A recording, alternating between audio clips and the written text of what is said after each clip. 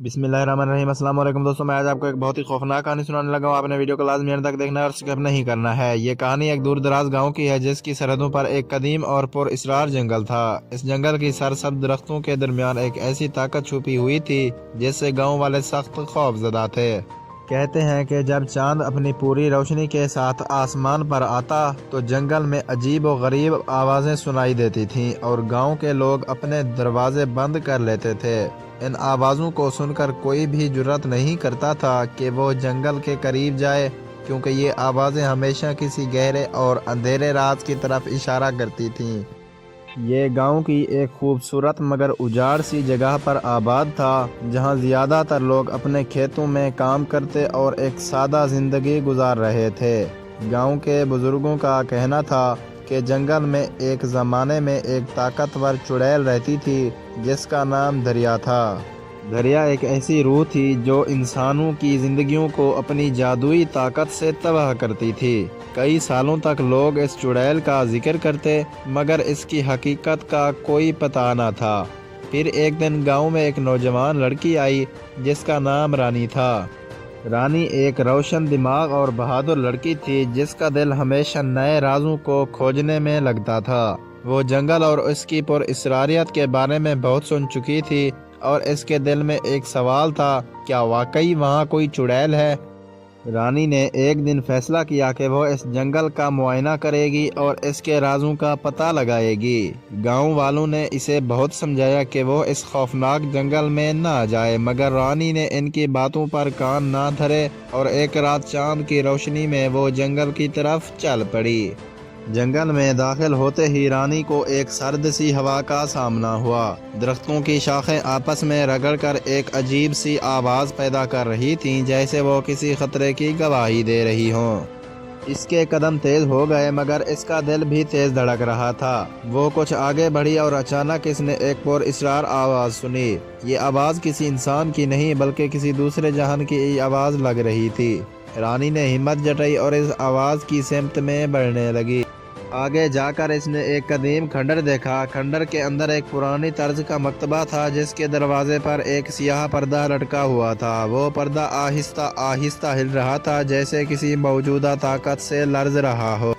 रानी ने जुर्रत की और पर्दा हटाया। अंदर एक भारी सी खामोशी थी, मगर अचानक जैसे ही इसने कदम रखा एक जोरदार हंसी सुनाई दी। वो हंसी इतनी गंभीर थी कि रानी का जिस्म कांपने लगा।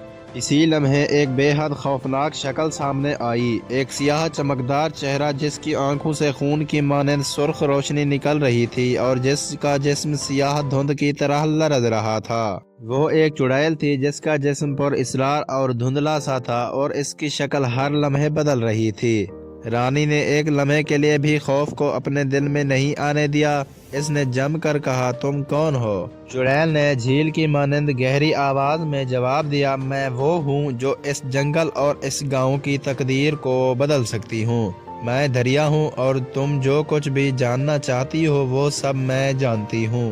रानी ने कहा, तुम जो भी हो, तुम्हें इंसानों की जिंदगियों से खेलने का हक नहीं है। दरिया हंसती हुई आगे बढ़ी और कहने लगी, तुम्हारी हिम्मत पसंद आई, मगर क्या तुम जानती हो कि मैंने इस जंगल में कितने लोगों की रूहें कैद की हैं?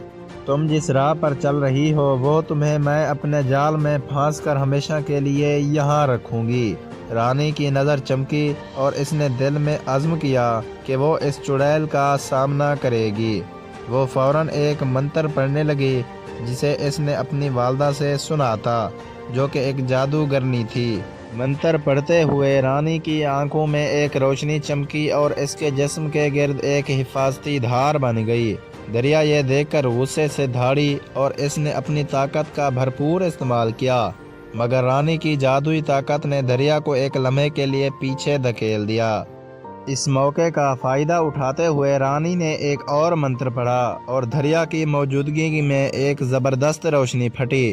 दरिया की शक्ल थोड़ी देर के लिए बदलने लगी और फिर वो एक सियाह धुंध की तरह हवा में तहलील हो गई। जंगल में सुकून लौट आया, मगर रानी जानती थी कि इसने सिर्फ दरिया की एक शक्ल को शिकस्त दी है और इस जंगल में अब भी इसकी ताकत बाकी थी। इसके बाद रानी गांव वापस आई, मगर इसकी आंखों में एक नई समझ और ताकत थी। वो जानती थी कि वो जो कुछ भी करेगी اس میں دریا کا سایہ ہمیشہ اس کے ساتھ ہوگا۔ گاؤں والے اب بھی کہتے ہیں کہ رات کے وقت جنگل کے قریب کوئی نہ جائے، کیونکہ وہ جانتے ہیں کہ دریا کبھی مکمل طور پر شکست نہیں کھا سکتی۔ اس کا سایہ ہمیشہ کسی نہ کسی شکل میں واپس آ سکتا ہے، اور یہ گاؤں ہمیشہ اس خوف سے جیے گا کہ کہیں نہ کہیں کوئی چڑیل ابھی تک اپنی طاقت کو اکٹھا کر رہی ہوگی۔ مزید ایسی کہانیوں کے لیے میرے چینل کو لازمی لائک اور سبسکرائب کریں، اور ساتھ میں دیے گئے گھنٹی کے نشان کو دبانا نہ بھولیں۔ شکریہ دوستو۔